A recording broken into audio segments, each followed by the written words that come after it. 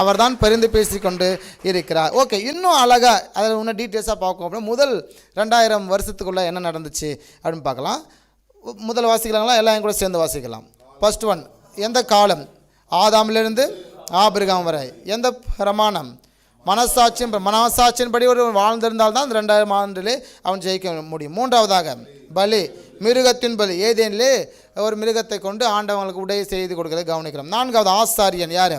மெல்கிசேத். ஐந்தாவதாக நாமம். அந்த நாட்களில் எலியோன் என்ற நாமம் தேவனுக்கு கொடுக்கப்பட்டது. அப்படின்னு பார்த்தீங்கன்னா மக்கள் அப்போ கர்த்தரை ஆராதிக்கும் போது எலியோன் என்று சொல்லி ஆராதனை செய்தார்கள். ஒவ்வொரு காலகட்டத்திற்கும் தேவனுடைய பெயர்கள் என்ன செய்தது மக்கள் மாற்றி அமைத்தார்கள். அப்போ முதல் 2000 ஆண்டிலே ஆண்டவருக்கு எலியோன் என்ற பெயரை வைத்து தான் பலிகளை செலுத்த. இப்போ நம்ம என்ன சொல்லி பலி செலுத்துகிறோம்? இயேசு கிறிஸ்து என்ற நாமம். ஆமாம் இல்லைங்களா?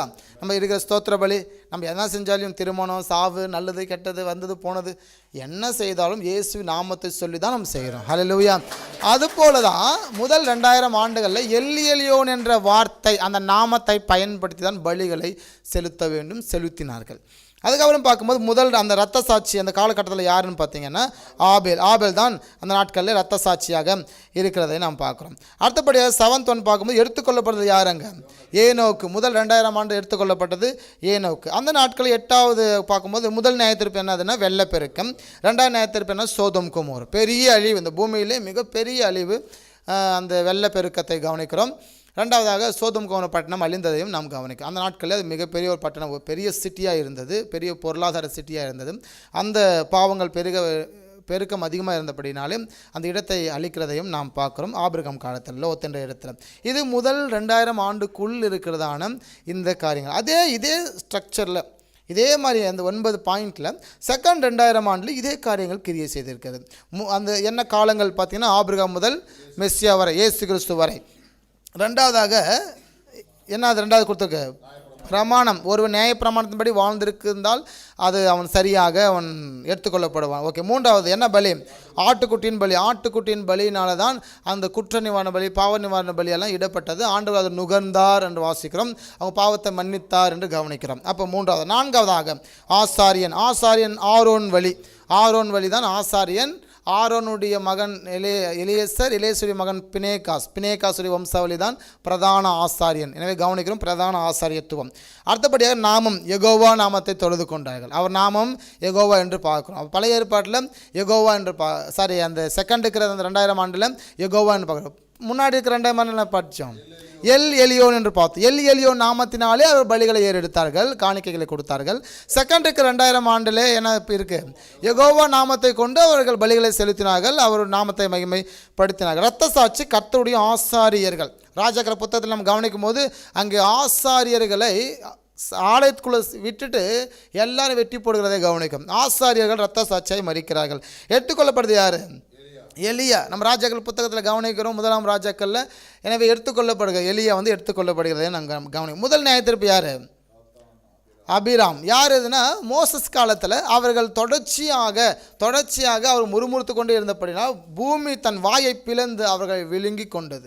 அது மட்டும் இல்லாமல் அது ரொம்ப ஆச்சரியமானது என்ன அப்படின்னா, இப்போ பூமி தன் வாயை பிளந்து இங்கே இருக்கிற பாதி பேர் உள்ள விழுங்கிச்சு வச்சுக்கோங்க. மற்றவங்க மனநிலை எப்படி இருக்கும்? ஒரு பக்கம் நம்ம போய்டுவோம்னு பயம் இருக்கும், இன்னொரு பக்கம் எப்படியோ அவங்க சொத்தெல்லாம் யாருக்கு? நமக்கு தான் அப்படின்னு இருக்கும் இல்லைங்களா? நிச்சயமாக. ஆனால் அங்கே நடந்தது வேறு. வேதத்தில் இங்கே கவனிக்கும்போது அவர்கள் பொருட்கள் எல்லாமே விழுங்கி போட்டதான். அப்போது கொஞ்சம் தூரத்தில் அங்கே வீடு இருக்கும், இங்கேருந்து உங்கள் பஸ் ஸ்டாண்டு தூரம் ஒரு வீடு இருக்கும்.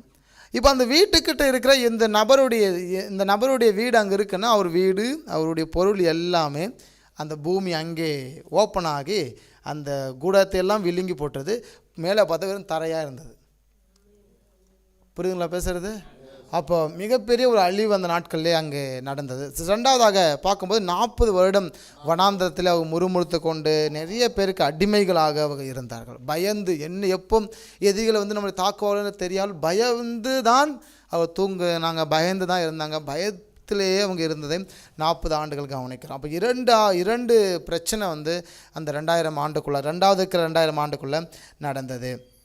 ஓகே, இப்போ ஒரு டைம் ரீகால் பண்ணுவோம். நம்ம முதல் 2000 ஆண்டில் ஆதாமிலிருந்து ஆபிரகாம் வரை, ஓகேங்களா? 2000 ஆண்டு இப்போ பார்க்குறது 2வது ஆபிரகாம் முதல் இயேசு கிறிஸ்துவை. முதல் இருக்கிற பிரமாணம் மனசாட்சியின் பிரமாணம். செகண்ட் இருக்கிற பிரமாணம் நியாயப்பிரமாணம். சூப்பர். மூணாவது இருக்கிறதான பலி. முதலாவது இருக்கிற 2ஆம் ஆண்டில் என்ன பலி இட்டது? மிருகத்தின் பலி. நீங்களாம் சொல்லணும், ஓகேங்களா? நீங்கள்லாம் சொல்லணும். ரெண்டாவது இருக்கிற 2000ஆம் ஆண்டில் என்ன பலி? ஆட்டுக்குட்டியின் பலி. ஓகே. ஆசாரியன் முதல் யார்? ஃபஸ்ட் 2000ஆம் ஆண்டில் மெல்கிசேத்து. செகண்ட் இருக்கிற 2000ஆம் ஆண்டில் ஆசாரியன் யார்? ஆரோன் வம்சாவளி. ஓகேங்களா? அடுத்தபடியாக முதல் இருக்கிற 2ஆம் ஆண்டு என்ன ஆண்டவுக்கு நாமம் கொடுக்கப்பட்டிருந்தது? எல் எலியோ என்ற நாமம் கொடுக்கப்பட்டிருந்தது. ரெண்டாவது இருக்கிற 2000ஆம் ஆண்டில் யெகோவா என்ற நாமம் கொடுக்கப்பட்டிருக்கின்றது. முதல் இரத்த சாட்சியை மறித்தவங்க யார்? ஆபேல். ஓகேங்களா? ரெண்டாவதாக இரத்த சாட்சியை மறித்தவர் ஆசாரியர்கள். தேவாலயத்திலே ஆசாரியர்கள் மறிக்கிறத பார்க்குறோம். எடுத்துக்கொள்ளப்படுதல் முன்னாடி யார்? ஏனோக்கு. செகண்டு எலியா என்று பார்க்குறோம். முதலாவது அங்கே கவனிக்கும் போது முதல் மிக 2 அழிவு பார்க்குறோம். முதல் 2000ஆம் ஆண்டில் நோவாங் காலத்தின் அழிவு. ரெண்டாவதாக சோதம் குமர பட்டினம். ரெண்டாவது வருஷத்தில் 2வது ட்ராக்கில் கவனிக்கும் போது 2000ஆம் ஆண்டில் 2 அழிவை பார்க்குறோம். ஒன்று மோசஸ் காலத்தில் நடந்தது. ரெண்டாவது அதே 40 ஆண்டுகள் அவங்க வனாந்தர பயணம். இது மிகப்பெரிய அழிவு. மிகப்பெரிய சிம்பிளாக சொன்ன போனால் எகிப்திலிருந்து வெளியே வந்த ஏறக்குறைய 25 லட்சம் ஜனங்களும் அந்த வனாந்தரத்திலே மரித்து போனார்கள். புரிதுங்களா சொல்கிறது? வனாந்திரத்திலே பிறந்தவர்கள் யாரோ அவர்கள் மாத்திரம்தான் ஒதுக்கப்பட்ட கானானுக்குள் பிரவேசித்தார்கள் ஒழிய அங்கே எகிப்திலிருந்து வந்த 2 பேர் மட்டும்தான். அவளை மீறி மற்ற எல்லோரும் அந்த வனாந்தரத்தில் 25 லட்சம் ஜனங்களும் அழிந்து போனார்கள். வனாந்தரத்தில் பிறந்தாங்க. 40 வருஷத்தில் பிறந்தவர் மட்டும்தான் எங்கே போனாங்கன்னு பார்த்தீங்கன்னா அந்த கானானுக்குள் பிரவேசித்தார்கள். மிகப்பெரிய ஒரு அழிவு அங்கே கண்டது. மூன்றாவது இருக்கிற 2000ஆம் ஆண்டு. இந்த 2000ஆம் ஆண்டு யாருன்னா நீங்களும் நானும். நீங்கள் வாழ்கிற காலம்தான் இந்த 2000ஆம் ஆண்டு. மூன்றாவது இருக்கிற 2000ஆம் ஆண்டு என்பது இயேசு கிறிஸ்து உயிர்த்தெழுதல் முதல் நம்முடைய ஆண்டவர் நம்ம எடுத்துக்கொள்ளப்பட போகிற அந்த 2ஆம் வருகை மட்டுமாக இந்த காலம். நீங்களெல்லாம் எடுத்துக்கொள்ளப்பட போகிறீங்க. நீங்களாம் மனவாட்டியாக திருச்சபை, மனவாட்டியாக சபையாக இருக்கிறீங்க. ரெண்டாவதாக இது வந்து கிருபையின் காலம். ஃபஸ்ட் என்ன காலம் பார்த்தோம்? மனசாட்சியின் காலம். செகண்ட் என்ன காலம் பார்த்தோம்? நியாயப்பிரமாணத்தின் காலம். மூணாவது என்ன காலம் பார்த்துட்ருக்குறோம்? கிருபையின் காலம். நீங்கள் எந்த காலத்தில் வாழ்ந்துட்டுருக்கீங்க? கிருபையின் காலத்தில் நீங்கள் வாழ்ந்துட்டுருக்கீங்க. ஒருவேளை இயேசுவே இந்த ஊரில் இயேசுவே தெரியல, ரொம்ப கிராமம், இயேசுவே தெரியல, பாஸ்டர் அந்த ஏரியாவுக்கு போனதில்லை அப்படின்னா ஒரு மரித்திருப்பான். அவன் கடவுள்கிட்ட போவானா வழக்கம் போல் நியாயப்பிரமாணத்தின்படி வாழ்ந்திருப்பானா என்று அவனை ஆராய்ச்சி செய்யப்படும். ஒருவேளை நியாயப்பிரமாணமும் தெரியலிங்க, மோசே ஆபிரகாமெல்லாம் அவ்வளோ நாலேஜ் இல்லை, எங்கள் ஊருக்கு அவங்களாம் வந்திருப்பாங்களா அப்படின்னு அவன் சொல்லுவான்னா மனசாட்சியின்படி வாழ்வான் என்று பார்க்கப்படும். மனசாட்சிப்படி ஒருவனை ஆராய்ச்சி செய்தால் அவன் மாட்டிக்கின்னு தான் வேண்டியிருக்கு. ஆமாவா இல்லைங்களா? ஒரு மனுஷன் பிறப்பதும் வாழ்வதும் மரிப்பதும் பின்பு நியாயத்தீர்ப்பு அடைவதும் மனுஷனுக்கு நியமிக்கப்பட்டிருக்கிறது. அவன் வாழ வேண்டும். இந்த 3 ட்ராக் இருக்குது. ஒன்று அவன் மனசாட்சியின்படி வாழ்ந்திருக்க வேண்டும், இல்லைன்னா நியாயப்பிரமாணத்தின்படி வாழ்ந்திருக்க வேண்டும், இல்லைன்னா கிருபையின்படி வாழ்ந்திருக்க வேண்டும். இந்த 3இன் படி வாழ்ந்திருக்க வேண்டும். ஏதோ ஒரு வகையில் அவன் வாழத்தான் வேண்டி இருக்குது. மோசே தெரியல, இயேசு தெரியல, ஓகே மனசாட்சிக்காவது வாழ்ந்தியா, மனசாட்சிப்படி இருந்தியான்னு சொல்கிறோம்ல, அப்படியாவது வாழ வேண்டும். அவனு கர்த்தர் நியாயம் தீர்க்கும் போது அதை அவனுக்கிட்ட கேட்பார். ஓகேங்களா? அதில் கவனிக்கும் போது கிருபையின் காலம். மூன்றாவதாக பார்க்கும்போது ஆட்டுக்குட்டியானவரின் பலி. இயேசு கிறிஸ்துவே பலியானார். அவர் முதலும் கடைசியுமானவர். முதல் ஏதேன் தோட்டத்தில் மிருகம் அடிக்கப்பட்டது, ரெண்டாவது ஆடு அடிக்கப்பட்டது. இதெல்லாம் அடிக்கப்பட்டு மனுஷனுடைய பாவங்கள் நிவர்த்தி ஆன பாடு இல்லை. எனவே மூன்றாவதாக ஒரு ட்ராக்கில் அடிக்கப்பட்ட அந்த இயேசு என்ற பாவம் முந்தி இருக்கிற மனுஷனுடைய பாவத்தையும் பிந்தி நம்முடைய பாவத்தை நிவர்த்தி செய்தது. ஹல்லேலூயா! இயேசுவின் ரத்தம் சகல பாவங்கள் நீக்கி நம்மை சுத்திகரிக்கும். ஆமென். எல்லாவற்றிலும் பாதுகாப்பை நமக்கு கொடுக்கும். இயேசுவின் ரத்தம் தான் முதலும் கடைசியுமாக இருக்கிறது. பலிகள் இனி அங்கீகரிக்கப்படாது என்று பவுலடியார் சொன்னார். பலிகள் முதலும் கடைசியும் இயேசு ஒருவரது. இயேசு அல்லாமல் வேறொரு பலிகள் அங்கீகரிக்கப்படவே படாது என்று சொன்னார். ஆமென். அப்போ இயேசுவின் பலிதான் கடைசியான பலி. அந்த பலியினாலே முந்தி இருக்கிறவர்களும் ரட்சிக்கப்பட்டு ஆசீர்வதிக்கப்பட்டார்கள். பிந்தி இருக்கிற நாம், அந்த பலிக்கு பின்னாடி இருக்கிற நாமும் ரட்சிக்கப்பட்டு ஆசீர்வதிக்கப்படுகிறோம். இயேசுவின் ரத்தம் சகலவற்றையும் உங்களை சுத்தமாக்கும். இயேசுவின் ரத்தம் நம் வாழ்க்கையில் மிக முக்கியமானது. இயேசுவின் ரத்தம் தான், அவருடைய ரத்தத்தினால் நம்ம கழுவப்பட்டு இருக்கிறோம், பரிசுத்தமாக்கப்பட்டிருக்கோம்.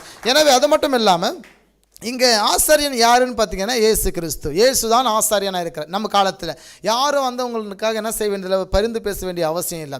உங்களுக்காக ஜெபிக்கலாம், உங்கள் ஊழியர் ஜெபிக்கலாம், உங்களுடைய நண்பர் ஜெபிக்கலாம், ஒரு விசுவாசி ஜெபிக்கலாம்.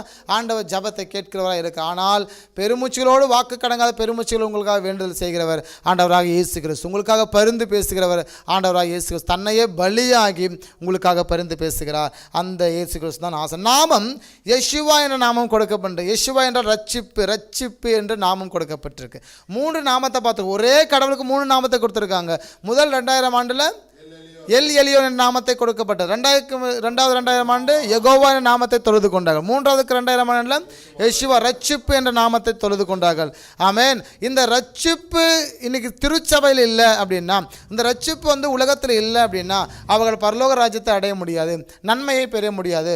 நான் நல்லா வாழணுங்க, ஒரு ஐடியா சொல்லுங்கன்னு யாராவது கேட்குறாங்கன்னா அதுக்கு ஒரே ஒரு வழி, அந்த ரட்சிப்பு மட்டும்தான். ஆமென். அவன் நல்லா வாழ்வதற்கு நல்ல எஜுகேஷனோ, நல்ல பணங்களோ, நல்ல பொருட்களோ, நல்ல அழகு ஆஸ்தியோ, நல்ல சொத்துக்களோ இருந்தால் ஒரு மனுஷன் நல்லா வாழ முடியாது.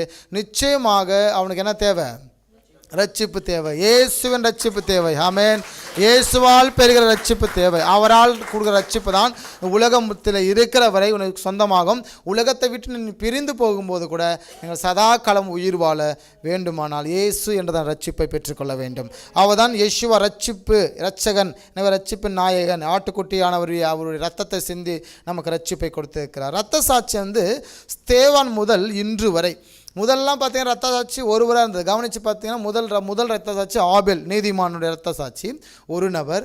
ரெண்டாவது ஆசாரியர்கள் அப்படின்னு பார்க்குறோம், ஒரு குறிப்பிட்ட சிலர் பார்க்குறோம். மூணாவது பார்த்தீங்கன்னா பெருங்கூட்ட கிறிஸ்தவர்கள், கோடிக்கணக்கான கிறிஸ்தவர்கள் ரத்த சாட்சியை மறித்திருக்காங்க. முதல்ல பார்த்தீங்கன்னா நம்பரில் இருக்குது ஒரு நபர், செகண்டில் பார்த்தீங்கன்னா ஒன்றுக்கும் மேற்பட்ட சிலர், மூணாவது பார்த்தீங்கன்னா பெருங்கூட்டம். ஸ்தேவான் முதல் கொண்டு ஒருவேளை நீங்களும் நானும் இரத்த சாட்சியை மறிப்போம்னா நம்ம காலம் வரை இரத்த சாட்சி அந்த தேசத்தில் சிந்தப்பட்டு நாம் என்ன செஞ்சுருக்கோம்? மறிக்கப்பட்டிருக்கோம் அர்த்தம்.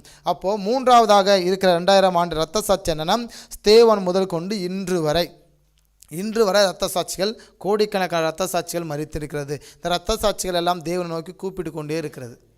ஆமாவா இல்லைங்களா? வெளிப்படுத்துகிற விசேஷத்தில் கவனித்து பார்த்தீங்கன்னா இந்த இரத்த சாட்சியெல்லாம் ஓயாமல் கர்த்தரை என்ன செஞ்சிட்ருக்கு? கூப்பிட்டுருக்கு. ஆண்டவரே இவங்களை பழி வாங்க மாட்டிங்களா? இவங்களை அழிக்க மாட்டிங்களா? இவங்கெல்லாம் எனக்கு கொடுமை பண்ணாங்களே, இவங்களை விட்டு வச்சுருக்கீங்களேன்னு சொல்லி. ஆனால் கீழே கவனிக்கும் போது ஆண்டவர் சொல்கிறார், நான் பழி வாங்காமல் இல்லை, கொஞ்ச காலமாகிலும் அவங்க மேல் இரக்கமாக இருக்கிறேன் அப்படிங்கிறாரு. கொஞ்ச காலம் அவங்க விட்டு வச்சுருக்கேன். ஒருவேளை ஒரு 300 வருஷத்துக்கு முன்னாடி உங்கள் ஊரில் இந்த ஓசூர் பாகலூர் வழியாக நிறைய ஊழியக்காரங்க, அப்போ மிஷினரி மகள் ஒருவே இங்கே ரத்த சாட்சியாக அந்த மண்ணில் இருந்திருப்பாங்கன்னா, அந்த இரத்த சாட்சியான விழுந்து அடிக்கப்பட்டு இருக்கிற இந்த இரத்த பூமியாக இந்த இடம் இருந்திருக்கோம்னா நம்மளாம் யாருமே ரட்சிக்கப்பட மாட்டோம். ஆமாவா இல்லைங்களா? இயேசு கிறிஸ்துவின் சுத்த கிருபையினால் அவர்கள் இரத்த சாட்சியை மறித்தும் அவர்கள் தொடர்ச்சியாய் ஆண்டவர்கிட்ட போராடியும் நீங்கள் ரட்சிக்கப்பட்ட காரணம் கொஞ்ச காலமாக விட்டு வச்சுருக்காரு. ஹல்லேலூயா. அந்த கொஞ்ச காலத்தில் நீங்களாம் நானும் நீங்களாம் தப்பித்து கொண்டவர்கள். நம்ம கொஞ்ச காலத்தை அப்போ மாட்டிக்கிட்டீங்கலாம் அந்த ரத்த சாட்சிக்கு பதில் சொல்லி ஆகணும். புரியுதுங்களா சொல்கிறது? ஓசூரில் எவ்வளோ ரத்த சாட்சி மறித்து 2000 வருஷமாக எவ்வளோ மிஷினரிமாக வந்திருப்பாங்க. அந்த வழியாக எவ்வளோ இடத்துல ஊழியம் பண்ணியிருப்பாங்க. எவ்வளோ இந்த இடத்துல எத்தனை பேர் சுற்றி இருப்பாங்க. இந்த இடத்துல சுற்றி எவ்வளோ பேர் ரத்தம் சிந்தக்கப்பட்டிருக்கோம். அப்போ அவர்களுடைய ரத்த சாட்சிக்கெல்லாம் நம்மளை குற்றவாளியாக நிற்போம்னா நம்மளை ஏமாத்துறோம். நம்ம தேவனோட ரட்சிப்பினால கொஞ்சம் இரக்கத்தினால தான் இந்த சபைகள் என்று ஆசீர்வதிக்கப்பட்டு கொண்டு இருக்குது. எடுத்துக்கொள்ளப்படுதல் யாருன்னா கிறிஸ்தவர்கள். இன்னும் அது நடக்கலை, ஆனால் நடக்கும். நீங்களாம் வர தயாராக இருக்கீங்களா? ஆமாம், ஓகேங்களா? நீங்களாம் வர போகிறீங்க, நீங்களாம் பரலோக ராஜ்யத்துக்கு வர போகிறீங்க. எனவே எப்போவுமே சில பேர் கஷ்டம் வந்தால் ஆண்டவரே என்னை எடுத்துக்கோங்கன்னு அழுவோம், ஜெபிப்போம். நீங்களாம் ஜெபிக்கிறீங்கள? கஷ்டம் வந்துட்டா ஆண்டவரே உலகம் அழியக்கூடாதா, வருகை வந்துடக்கூடாதா அப்படின்னு பார்த்துட்ருப்போம். உலகம் அழிய வேண்டும் என்று நினைக்கிறவனுக்கு ஐயோ என்று வேதம் சொல்லுகிறது. புரியுதுங்களா? அவர் வருகை ரொம்ப சாதாரணமானது.